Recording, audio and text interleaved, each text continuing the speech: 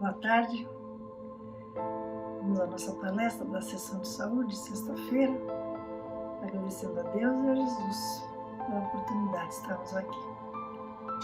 Vamos hoje falar sobre como podemos ajudar. O Evangelho, particularmente o Evangelho segundo o Espiritismo, traz muito consolo. Daí o Espiritismo ser chamado como o Consolador prometido por Jesus, né? Então vamos iniciar nossa palestra com as palavras de Jesus citadas no nosso Evangelho. Então no capítulo 6, o Cristo Consolador. Vinde a mim todos os que andais em sofrimento e vos achais carregados, e eu vos aliviarei. Tomai sobre vós o meu jugo, e aprendei de mim, que sou manso e humilde de coração, e achareis descanso para as vossas almas. Porque o meu jugo é suave e o meu fardo é leve. Isso é de Mateus.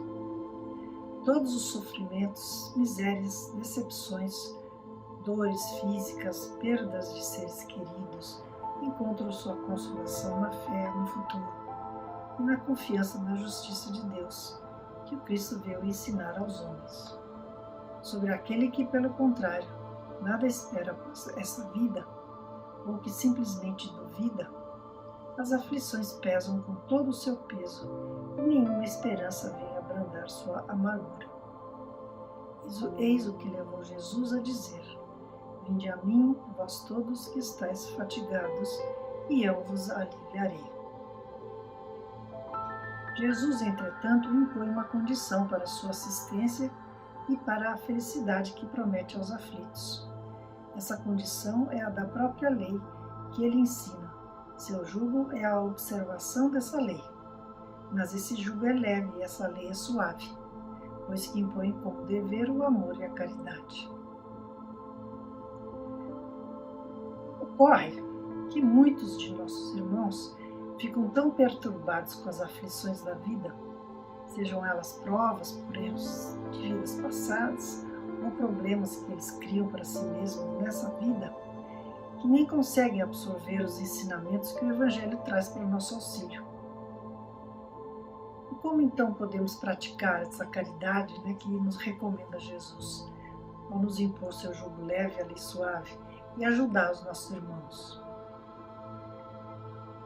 A dor é inerente a todos, bem o sabemos, né? De uma forma ou de outra, todos sofremos. Um planeta de provas e expiações, seja rico ou pobre, todos têm suas dores, seus problemas, suas aflições.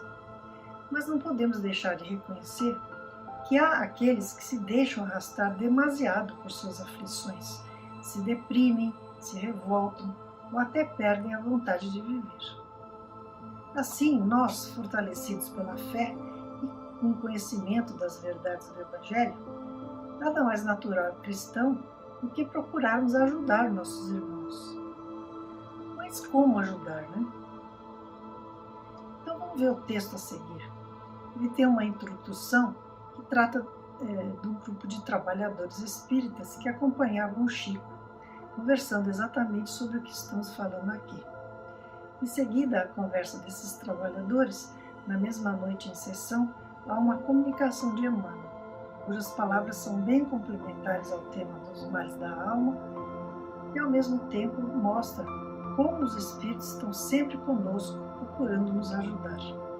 No caso, temos o Espírito Emmanuel, sempre presente com as suas lições e atento às nossas dificuldades. Então, o texto está no livro Caminhos de Volta, com psicografias de Francisco Cândido Xavier e Valdo Vieira, e começa com a pergunta que é o próprio título: como agir nesses casos? Então lemos: antes das nossas tarefas, o assunto geral dos companheiros era a dificuldade de se levar à ideia espírita, e podemos dizer os princípios cristãos em geral, aos irmãos que nos procuram nas casas de ideal e de fé, conturbados por ideias que lhes dificultam o entendimento claro de nossa doutrina renovadora. Comentavam, os trabalhadores. Ouvem as preleções de nossos encontros espirituais e as mensagens de nossos benfeitores espirituais nos parecem distantes. Então, detidos nos problemas e lutas deles, experimentam muitos obstáculos para entender as lições de nossas escolas de ação e trabalho. E como então agir nesses casos para ajudá-los, né? Porque a mente deles não está conseguindo perceber, né, as palavras. Com essa pergunta, os irmãos então foram à reunião, a reunião espírita, né, na qual eles trabalhavam. Ao final das palestras, tivemos a página do nosso caro Emmanuel. Então vamos ler agora o texto da comunicação de Emmanuel. O título é Acidentados da Alma. Nos quadros de aflição da terra, comovemos-nos a cada passo diante dos acidentados do corpo, a requisitarem hospitalização imediata, nos diz Emmanuel, né? A fim de atendê-los, fundam-se instituições diversas, através das quais corações nobremente formados se dispõem a auxiliar. São os médicos, né, os enfermeiros. Entretanto, é forçoso reconhecer que aos nossos núcleos de ação espiritual acorrem dia a dia verdadeiras multidões de acidentados da alma no trânsito da vida.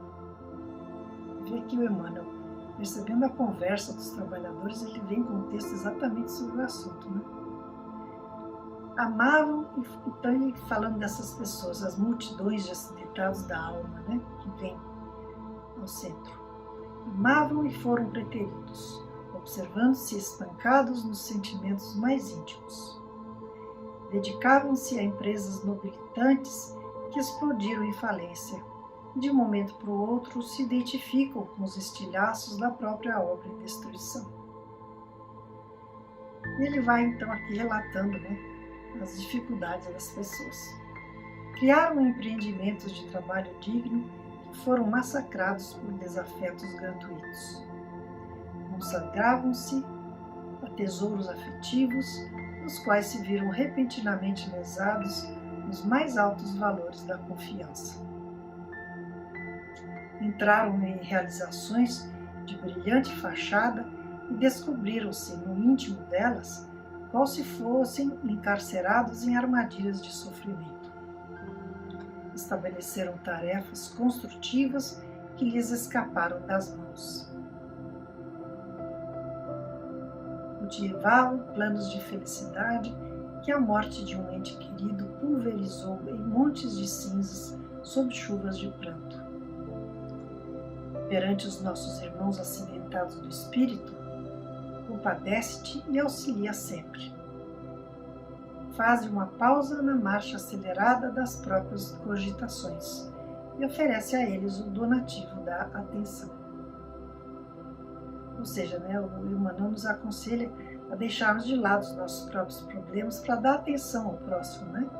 É comum alguém nos procurar para um desabafo e nós, no nosso egoísmo, nos pomos a pensar em nossas dificuldades, né? E a gente até aproveita para desabafar também, sendo que aquela pessoa que está pedindo ajuda, né? E aí ele continua.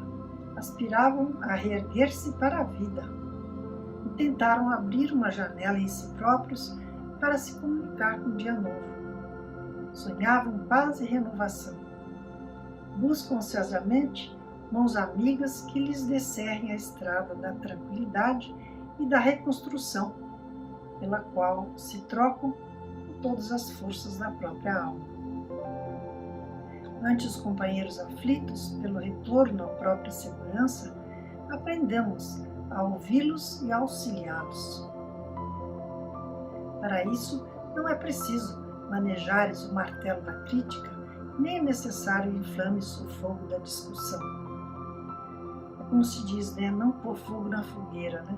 Não incitar o ódio a outros pensamentos difíceis, né, que a pessoa porventura tem, né? E nem se sensibilizar e demonstrar pena ao amigo, né? Estimulando sentimentos de visitação ou de revolta.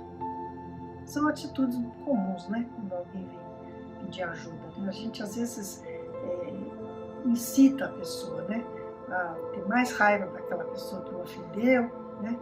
Ou a gente passa a mão na cabeça, demonstra pena e a pessoa se sente mais vítima ainda, né?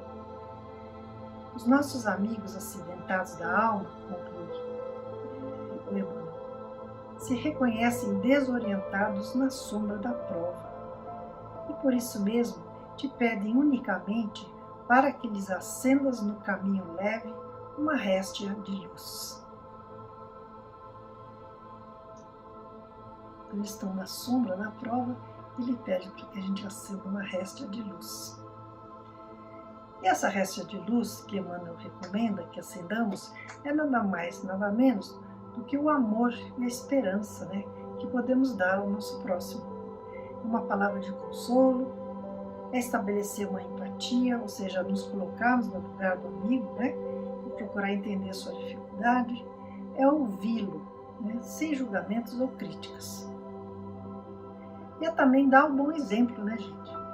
Sim, porque muitas vezes damos palavras de esperança e consolo, mas temos que agir de acordo, né? E não um segundo depois estar lamentando a vida, maldizendo nossos problemas, numa clara demonstração de falta de fé, né? Nas palavras do Evangelho. Então vejamos o que podemos aprender com Chico sobre o consolo aos irmãos em desespero. No texto Apoio Espiritual, de Chico Xavier, está no livro Dos Hippies aos Problemas do Mundo, um livro de entrevistas, né? É um compêndio de entrevistas dadas pelo Chico no programa Pinga Fogo da antiga TV Tupi. Então aqui tem a pessoa que vai pedir o consolo, né?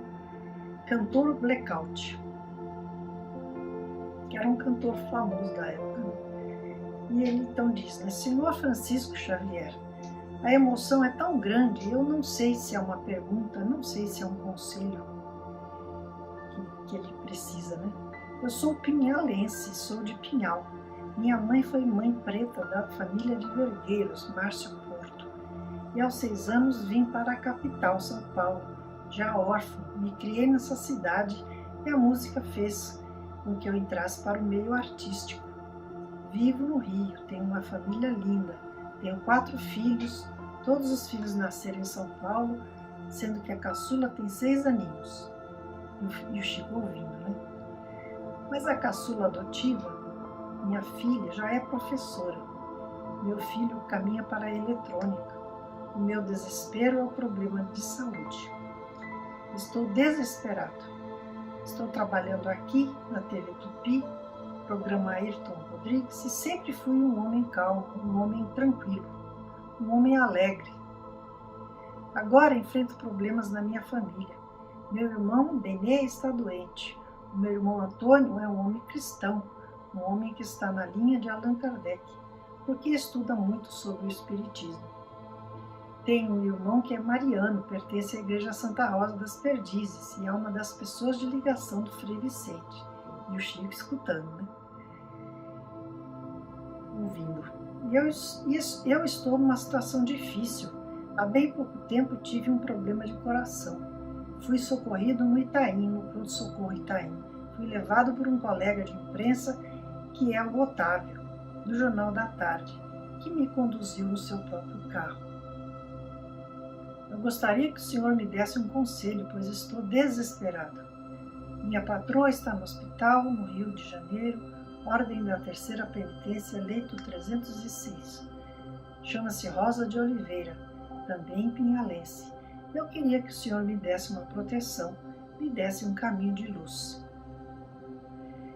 E o Chico, né? Então ele responde: nós queremos dizer ao nosso caro amigo que é credor de tanto carinho, de tanto respeito de nossa parte, no Brasil inteiro, de que a sua palavra suscita em nós a máxima simpatia.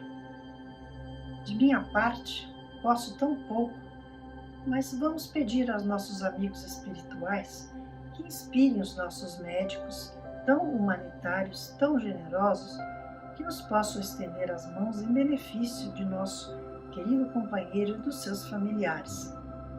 A sua palavra é uma palavra iluminada de amor que nos toca profundamente o coração.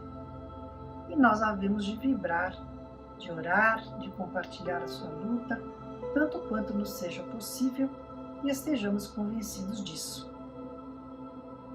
Não faltará o apoio necessário ao nosso querido amigo, tanto da nossa comunidade aqui presente, como também de nossos benfeitores espirituais. A dor tem a sua função em nossa vida, mas o próprio Jesus aceitou o amparo de um sirineu. É muito natural que choremos, muito natural que gemamos, mas nós temos bons amigos, bons companheiros. Sempre os encontrei. Nunca me faltou a bênção de Deus e nos dias mais difíceis, quando tudo parecia na minha frente dificuldade insuperável, solidão irremovível, apareceu sempre uma luz no campo da amizade, naturalmente inspirada por nosso Senhor Jesus Cristo, para me amparar, e o nosso amigo também há de receber. Ai, que coisa linda, né? Uma simplicidade de palavras e tanto consolo, né? Então, mais uma vez, a gente vê a menção da luz, né? Que devemos irradiar na prática do bem e do amor que Jesus nos ensinou.